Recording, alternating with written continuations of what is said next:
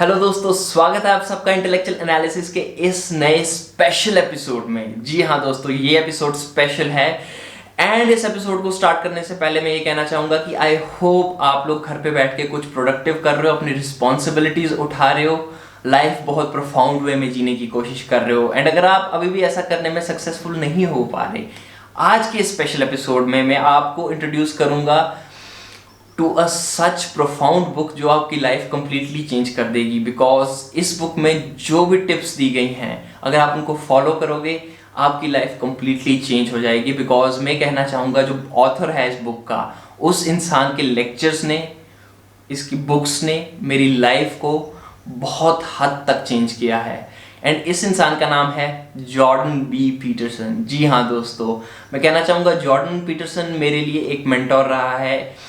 पिछले एक साल में मैंने इसके लेक्चर्स सुने हैं, इनके मैं ये कह सकता हूँ कि वीडियोस देखी हैं। एंड साथ ही साथ रिसेंटली मैंने सोचा कि इनकी जो बेस्ट सेलर बुक है 12 rules for life and antidote for chaos, वो पढ़ता हूँ और देखता हूँ क्या होता है। And oh my god, to be honest, उन रूल्स को जब धीरे धीरे मैंने अपनी लाइफ में अप्लाई करना शुरू किया, life changed completely for me. And दोस्तों, I want to share this rules with you because I want कि आप लोग भी अपनी रिस्पॉन्सिबिलिटी उठाएं और अपनी लाइफ को फोर्थ राइट लीजिए। तो चलिए दोस्तों, आज आपके साथ शेयर करने जा रहा हूं मैं 12 rules for life and antidote for chaos by Jordan B Peterson.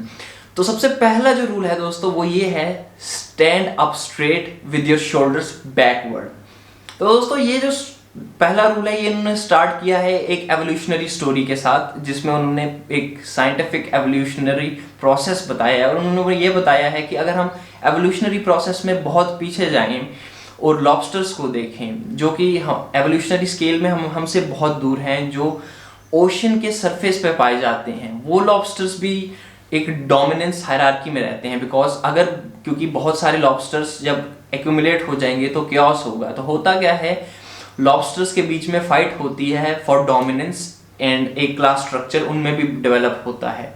And यही चीज़ जॉर्डन बी पीटरसन ने बताई है कि ह्यूमंस में भी ट्रू होती है। सो जो ये डोमिनेंस हायरार्की क्लास स्ट्रक्चर होता है, ये कोई ऐसा स्ट्रक्चर नहीं है जो ह्यूमंस ने एक आइडिया रखा था आगे, बट ये एक नेचुरल एवोल्यूशनरी प्रोसेस है, बहुत टाइम से जो चल रहा है। एंड इसमें नो डाउट बहुत कम लोगों के पास बहुत ज़्यादा वेल्थ होती है जो टॉप पे होते हैं, एंड मेजॉरिटी ऑफ लोगों को सारी रिसोर्सेज नहीं मिल पाती हैं, एंड वो या तो बहुत बिलो पॉवर्टी लाइन होते हैं या फिर मिडिल क्लास में भी इतने हाई तक नहीं आ पाते हैं।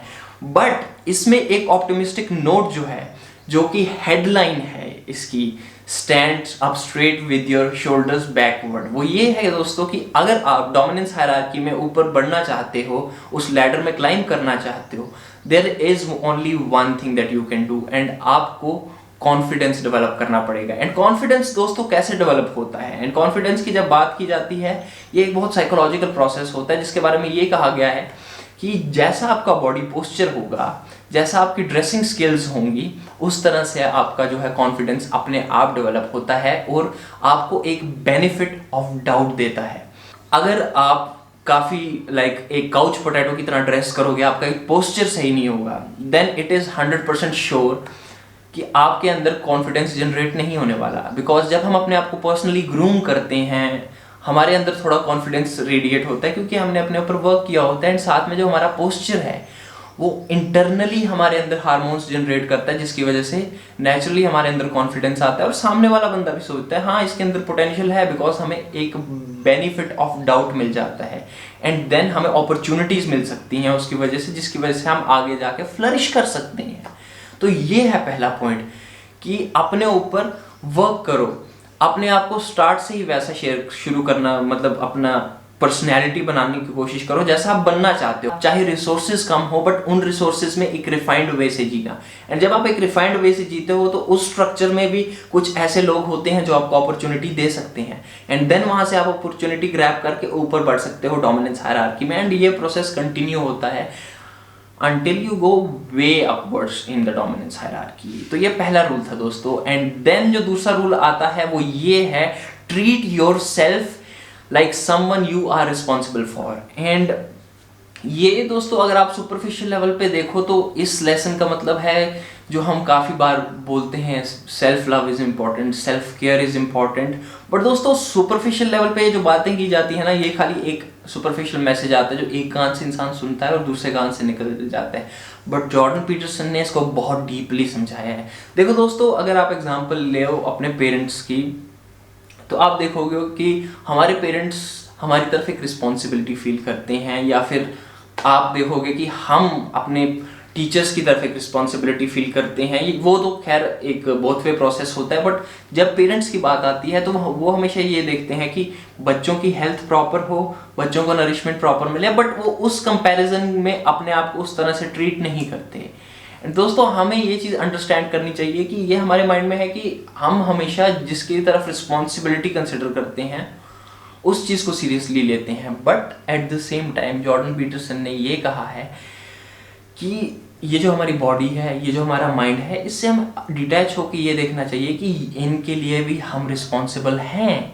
बिकॉज अगर इनको हम प्रॉपर नरिशमेंट नहीं देंगे, इनको हम प्रॉपरली फीड नहीं करेंगे, इनकी केयर नहीं लेंगे, तो देन हाउ अल्टीमेटली हम दूसरों की मदद कर सकते हैं। रिस्पॉन्सिबिलिटी पहले इस बॉडी और इस माइंड से शुरू होती है, एंड जब हम इसको प्रॉपरली स्ट्रक्चर में रख पाएंगे तभी हम दूसरों को अच्छे से उनकी केयर कर पाएंगे, बाकी लोगों को आगे हेल्प कर पाएंगे, आसपास जितने भी लोग होते हैं। तो इसके साथ एक एग्जांपल भी दी है जॉर्डन पीटरसन ने कि मोस्टली आप आज के टाइम में, मॉडर्न टाइम में देखोगे, साइंस ने, मेडिकल साइंस जो है उसने काफ़ी ज़्यादा अच्छी दवाइयाँ हमें प्रोवाइड की हैं, बट क्यों नहीं वर्क कर पाती? बिकॉज हम कभी भी प्रॉपरली सीरियस नहीं लेते जो भी मेडिसिन कोर्सेज होते हैं। हम उन्हें बहुत आप कह सकते हो इग्नोर करते हैं, हम उन पे इतना बिलीव करते हैं, but at the same time हम अपनी रिस्पॉन्सिबिलिटी प्रॉपर नहीं उठा पाते, तो इस वजह से इशू आता है। बट अगर हम अपनी बॉडी को अपनी रिस्पॉन्सिबिलिटी समझ के चलें एंड प्रॉपरली वो कोर्सेज करें, हाईली चांसेस हैं कि हम अपने मेडिकल इश्यूज को सॉल्व कर सकते हैं, अपने मेंटल इश्यूज को सॉल्व कर सकते हैं। तो ये बहुत इंपॉर्टेंट है कि अपनी बॉडी, अपने माइंड की भी रिस्पॉन्सिबिलिटी प्रॉपरली लो, जैसे आप उन लोगों की लेते हो जिनके लिए आप केयर करते हो। तो दोस्तों, तीसरा जो रूल आता है वो ये है, make friend with people who want best for you. तो दोस्तों, अब आप इस चीज़ को कैसे समझोगे? देखो दोस्तों, जॉर्डन पीटरसन ने एक सिंपल सी बात कही है, एक ट्रू फ्रेंड जो होता है ना, वो फ्रेंड वो होता है जिसके साथ आप अपनी गुड और बैड न्यूज़ दोनों शेयर कर सकते हो। देखो, अगर आप अपने फ्रेंड के साथ एक गुड न्यूज़ शेयर कर रहे हो एंड वो आपको सामने से एनकरेजमेंट दे रहा है कि good, that's a great thing, I feel कि तुम ऐसे ही ग्रो करते रहो and I am very proud of you. And साथ में अगर कोई साथ एक कंट्रास्ट में ले लो, एक बैड न्यूज़ शेयर करते हो अपने फ्रेंड के साथ और वो बोले इट्स ओके, होता है कभी कभी ऐसा हो जाता है, बट आई वुड से कि मतलब एक तरह से आपको सहानुभूति दे रहा हो उस टाइम पे, then that is a true friend. Instead अगर आप एक कॉन्ट्रेरी सिनेरियो ले लो जिसमें आप अपने फ्रेंड के साथ न्यूज़ शेयर कर रहे हो, गुड न्यूज़, एंड वो बोले हाँ ठीक है, कोई बड़ी बात नहीं है, ठीक है, मैंने तो इससे बड़ी अपॉर्चुनिटीज़ देखी हैं और मैं यहाँ पहुँच गया हूँ, या फिर आपकी बात को जस्ट साइड कर दे और अपने कोई खुशी वाली बात बोल दे, या ऑन द कॉन्ट्रेरी आप उसको ये बोलो कि मेरे साथ ये बुरा हुआ और वो बोले तो कौन सी बड़ी बात है यार, सबके साथ बुरा होता है, then that person is not a good friend. I would say कि उस इंसान से आप धीरे धीरे थोड़ी सी दूरी बना लें and find someone who really listens to you, ऐसा friend who wants best for you. And दोस्तों, उसके बाद चौथा आ जाता है, compare yourself with whom you were yesterday and not with someone who is today। तो बेसिकली जॉर्डन पीटरसन ये कहना चाहते हैं कि अपने आप को अपने कल से कंपेयर करो इंस्टेड ऑफ कंपेयरिंग जो आज कोई और है। बिकॉज दोस्तों, हमारे साथ जो सबसे बड़ी प्रॉब्लम होती है ना कि हम अपनी लाइफ में कितना अच्छा कर रहे हो, सबसे बड़ी डिमोटिवेटिंग फैक्टर ना हमारे अंदर से ही आता है। जब हम देखते हैं, फॉर एग्जांपल मैं अपनी पर्सनल एग्जांपल बताता हूँ कि मैं चाहे कितना अच्छा कर रहा हूँ फोटोग्राफी, फिल्म मेकिंग में, बट सडनली मैं अगर पीटर मैकिनन को देख लूँ, सैम कोल्डर को देख लूँ, and I am like oh my god, I have done nothing. But that is not true my dear friends. हम अगर अपने पास से देखें एंड फिर उसके बाद मैं अगर अपने पास से अपने आप को कंपेयर करता हूँ, then I understand that from being a degenerate to a talented photographer, I have done a lot, बहुत ज़्यादा की है दोस्तों। एंड साथ में उसका एक और रीज़न दिया है जॉर्डन पीटरसन ने, बिकॉज दोस्तों, चाहे हम उस इंसान को कितने अच्छे से जानते हो, बट ऐसे कई चीज़ें होती हैं जो हमारी लाइफ के काफ़ी और एस्पेक्ट्स होते हैं जो बहुत अच्छे होते हैं, हालांकि उस इंसान के नहीं होते। फॉर एग्जांपल, अगर आप अपने आप को किसी सेलिब्रिटी से कंपेयर कर रहे हैं, मैं ये कहना चाहूँगा, हो सकता है आप उतना अर्न नहीं करते, आपके पास उतना फेम नहीं है, but at the same time उस इंसान की सोशल लाइफ या पर्सनल लाइफ देखोगे तो वो कम्प्लीटली डिरेल्ड होती है। उनकी मल्टीपल डिवोर्सेस हो चुके होते हैं, वो ड्रग एडिक्ट्स होते हैं, एंड और भी ऐसी बहुत सारी प्रॉब्लम्स होती हैं जिनसे वो गो थ्रू कर रहे होते हैं। तो मैं ये कहना चाहूँगा कि उस फील्ड में आप उनसे बेटर कर रहे हो, सो उसके ऊपर वर्क कीजिए और अपने आप को दूसरों से कंपेयर मत कीजिए। That is the thing. And दोस्तों, चलो करते हैं हम डिस्कस नेक्स्ट पॉइंट के बारे में।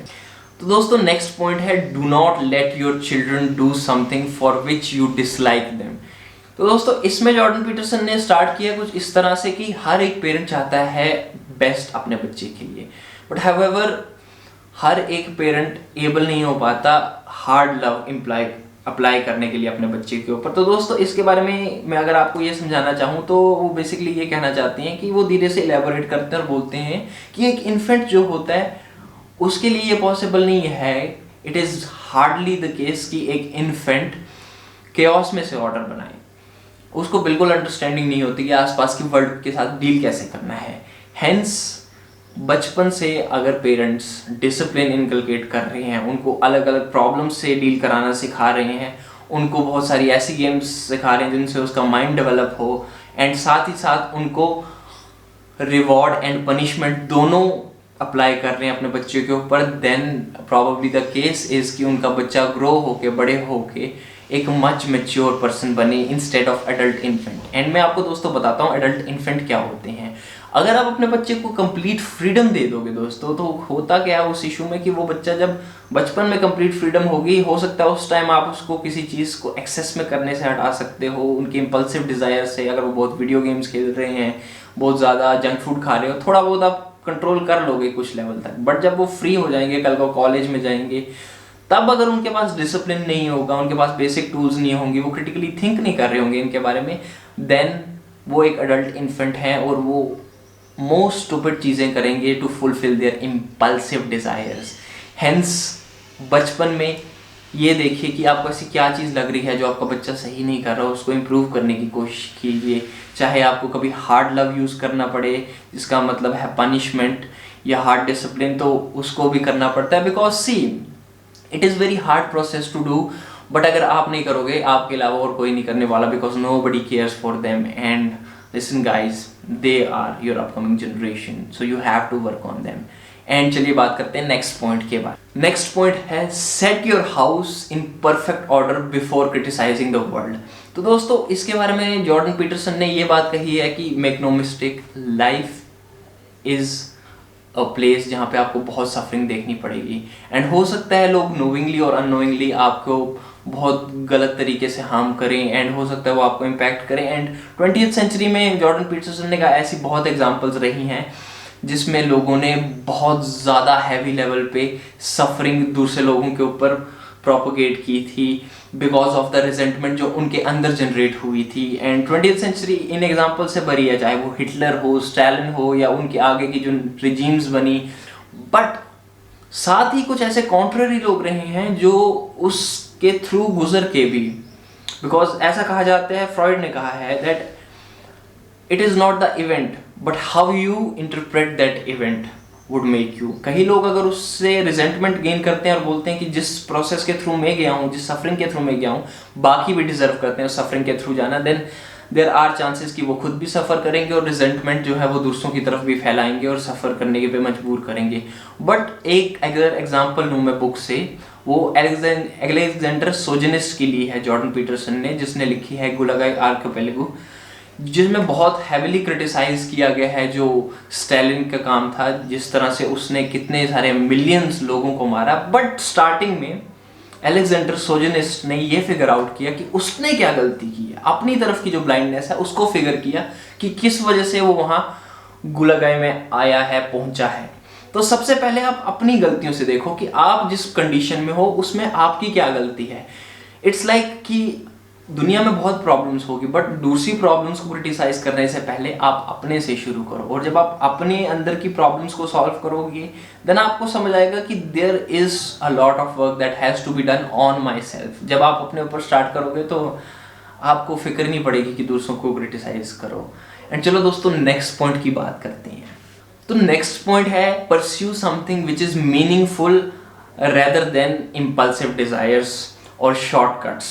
तो दोस्तों इसमें जॉर्डन पीटरसन ने ये कहा है कि देखो, हम इवॉल्व हुए हैं एनिमल्स से, तो डेफिनेटली हमारे अंदर एनिमल एक्सटेंट्स होते हैं, हमारे अंदर वो प्राइमल एक्सटेंट्स होते हैं जो हमें बोलते हैं to take the shortcuts, to take the path of least resistance, ताकि हम बिल्कुल घर पे बैठ के आराम कर सकें, अपनी रिस्पॉन्सिबिलिटीज ना उठाएं। एंड सी, आप अगर अपने सबकॉन्शियस माइंड को देखोगे ना, तो अगर आप आराम से बैठ के सोचो कि यार क्या करना चाहिए, रिस्पॉन्सिबिलिटी उठानी चाहिए या आज एक नेटफ्लिक्स का शो देख लें, खोल के बैठ के बिंज वॉच कर लें, आपका माइंड आपको क्रिटिकल थिंकिंग के बगैर तो यही बोलेगा कि यार आज देख ले, कल कर लेना, मैं कल करूँगा। वो प्रोक्रेस्टिनेशन का कारण बनता है। एंड आई वुड से कि जितना आप उसको सुनोगे एंड अपनी मीनिंगफुल पाथ से हटोगे, देन आप डाउनवर्ड्स को मूव करोगे टुवर्ड्स अ हेलिश सिनेरियो, जहाँ पे आप अपना मीनिंग खो दोगे, कंप्लीटली नाहिलिस्टिक बन जाओगे, डीजनरेट हो जाओगे, and that is not something good. Hence the best way is कि अपने आप से टाइम टू टाइम पूछते रहो कि क्या मैं कुछ मीनिंगफुल कर रहा हूँ दिन में, क्या मैं कुछ काम कर रहा हूँ दिन में, क्या वो मुझे हेल्प कर रहा है किसी आसपास की रिस्पॉन्सिबिलिटीज उठाने में, दूसरों को हेल्प करने में, सबसे पहले अपने आप को हेल्प करने में। अगर आप ऐसा कुछ कर रहे हो तो फॉर श्योर रिस्पॉन्सिबिलिटीज उठाना हार्ड है, but at the same time eight the end of the day जो आप कहते हो ना कि वो जो प्लेजर है वो आप at the end of the day एक रिवॉर्ड रख सकते हो, which is your cake which you can eat at the end of the day, जब आपने सारे काम कर लिए। And I would tell you कि जब आप दिन भर रिस्पॉन्सिबिलिटी उठाने के बाद एक प्लेजर का रिवॉर्ड लेते हो ना, that is far better than impulsive pleasure seeking all day. आपको जो कंटेंटमेंट मिलेगी ना उस रिवॉर्ड से, वो बिल्कुल अलग होगी दोस्तों। एंड चलो इसके बारे में हमने डिस्कस कर दिया, अब मूव करते हैं नेक्स्ट पॉइंट की तरफ। दोस्तों नेक्स्ट पॉइंट है assume that the person to whom you are listening has something which you might not be aware of. तो कुछ ऐसा ही है कि आप जिसके साथ भी बात करते हो दोस्तों, एंड इसके बारे में मैंने पहले भी एक वीडियो बनाई है, how to have a meaningful conversation. तो दोस्तों होता क्या है कि आप किसी के साथ भी जब बात कर रहे हो, चाहे आपके उसके साथ आइडियाज एग्री होते हैं नहीं होते, बट हमेशा आप इस आइडिया के साथ जाओ अंदर, एक इस इंटेंशन के साथ जाओ कि हम दोनों जो ये बात करने जा रहे हैं, हो सकता है मेरा जो पर्सपेक्टिव है इससे बढ़ेगा, कुछ नई बातें, कुछ चार नई बातें मुझे सीखने को मिलेंगी। एंड मैं ये कहता हूँ कई बार डिबेट्स भी जब होती हैं, दो कंप्लीटली ऑपोजिट आइडियोलॉजी के लोग जब मिलकर डिस्कशन करते हैं ना, जैसे इवन जॉर्डन पीटरसन की जो डिबेट्स हुई हैं, इवन जॉर्डन पीटरसन मार्क्सिज्म के बिल्कुल अगेंस्ट हैं, while at the same time Jordan Peterson ने जिजेक के साथ डिबेट की है, जिसमें वो बिल्कुल अपने आर्ग्यूमेंट्स एक के बाद एक बंदा सामने रखते जाते हैं एंड सुनते हैं कि सामने वाले ने क्या बोला, और फिर बोलते हैं ये जो है आर्ग्यूमेंट रखी है इसके ऊपर मेरा ऐसा क्वेश्चन है। एंड ऐसे करके ना वो दोनों भी सीख रहे होते हैं और सामने बैठी ऑडियंस भी सीख रही होती है। सो इस तरह से आप मीनिंगफुल कन्वर्सेशन कर सकते हो जिससे काफ़ी कुछ सीखने को मिलेगी, इंस्टेड ऑफ एक इस मोड से जाना, एक इस इंटेंशन से जाना कि नहीं मैंने इसको गलत प्रूफ करना है एंड उससे बस डिस्प्यूट्स होंगी, कोई फायदा नहीं होगा। एंड दोस्तों ये था इसका मीनिंग। एंड चलो दोस्तों अब बात करते हैं नेक्स्ट वाले पॉइंट के बारे में।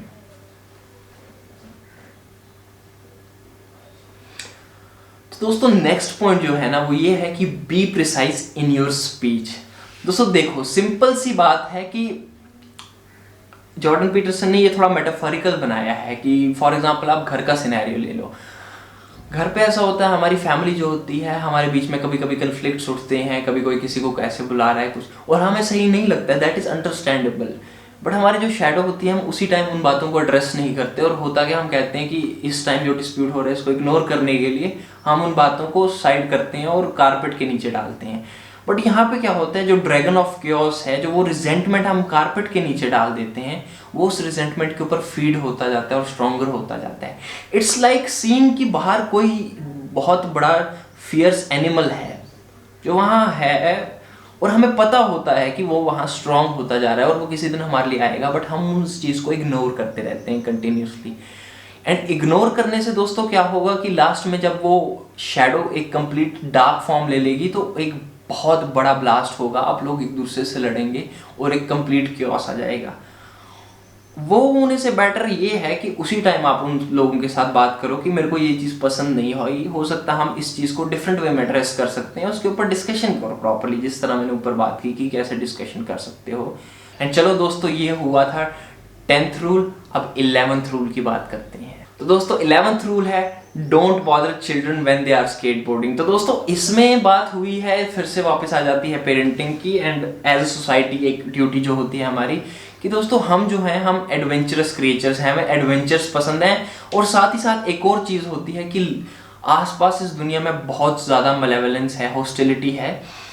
तो बात पता क्या आ जाती है दोस्तों कि हर एक पेरेंट का दिल होता है कि उसका बच्चा सेफ्टी में रहे, बट साथ में पेरेंट्स की ये ड्यूटी होती है कि वो टाइम टू टाइम अपने बच्चों को एक्सपोजर देते रहें, नई कोई ना कोई चैलेंजेस दें, ताकि जिसमें वो बच्चे सक्सेसफुल हो पाए। इतना बड़ा कोई चैलेंज ना दे कि नेचुरल आउटकम फेलियर ही हो, बट थोड़े से चांसेस सक्सेस के हों। धीरे धीरे उनको एक्सपोज करते रहें हार्डशिप से, ताकि कल वो फ्यूचर में अपनी रिस्पॉन्सिबिलिटीज उठाने के लिए तैयार हो। एंड नाउ गाइस, ये सब बातें तो चलो डिस्कस कर दी, but last and the most important thing जो at the end Jordan Peterson ने कंक्लूसिव रूल कहा है, उन्होंने ये कहा है last rule, pet a cat whenever you see one on a street. तो दोस्तों इसका मतलब तो पहले इसको पढ़ते ही मैं हो गया ये क्या मतलब है, बट देन आई रियलाइज जब मैंने ये पढ़ा तो दोस्तों जॉर्डन पीटरसन ने कहा no doubt life is a war, इसमें आपको बहुत सारी हार्डशिप्स देखनी है, but at the same time उन्होंने ये कहा है कि चाहे आपकी पर्सनल क्राइसिस कोई हो, आपकी रिलेशनशिप्स की क्राइसिस कुछ हो, कोई भी किसी तरह की भी क्राइसिस, मेक श्योर कि आप दिन में सिर्फ कुछ ही टाइम है जो उसके लिए साइड में डाइवर्ट कर रहे हो, बाकी का जितना भी टाइम है उसमें आप एक पॉजिटिव पर्सपेक्टिव से दुनिया को देखते हो, अपनी लाइफ एंजॉय करते हो। बिकॉज अगर आप सारा दिन अपनी एनर्जी उन क्राइसिस पे ही ड्रेन आउट करते रहोगे, then the chances are that you will lose very fast। इसीलिए फॉर श्योर हम सब की लाइफ में कुछ ना कुछ इश्यूज होते हैं और उनको एड्रेस करना चाहिए, बट एक स्पेसिफिक टाइम में। एंड बीच बीच में हमारे टाइम में प्रोफाउंड मोमेंट ऑफ जो हैप्पीनेस आते हैं ना, उनको खुल के एंजॉय करना चाहिए। That is what a cat is. Because ये लाइफ एक बैटल नहीं है कि एक बैटल आई और उसको जीत गया, but it is a series of battle. And उनके बीच में जब भी कोई टाइम हमें फ्री मिले, हमें उसे प्रॉपरली एंजॉय करना चाहिए। जैसे रास्ते पे थके हुए हैं तो बीच में कोई कैट मिल गई, उसको प्रॉपरली पेट करना चाहिए। एंड इसके साथ दोस्तों 12 rules of life by Jordan Peterson and antidote for chaos का एनालिसिस, एक छोटी सी समरी आपके साथ जो शेयर करनी थी वो यही खत्म हुई। आई होप इससे आपको कुछ सीखने को मिला। बहुत टाइम हो गया, आधा घंटा हो गया ऑलमोस्ट, बट आई होप कुछ नया सीखने को मिला इससे एंड आप इन रूल्स को अपनी लाइफ में इनकलकेट करोगे। एंड अगर आप चाहते हो कि एक कंप्लीट बुक पढ़ो तो अमेजोन पे, फ्लिपकार्ट पे अवेलेबल है, साथ में आप इनका ऑडियो वर्जन भी सुन सकते हो, मिल जाएगा आपको डिफरेंट प्लेटफॉर्म्स पे। एंड आई होप आप इसको अप्लाई करो।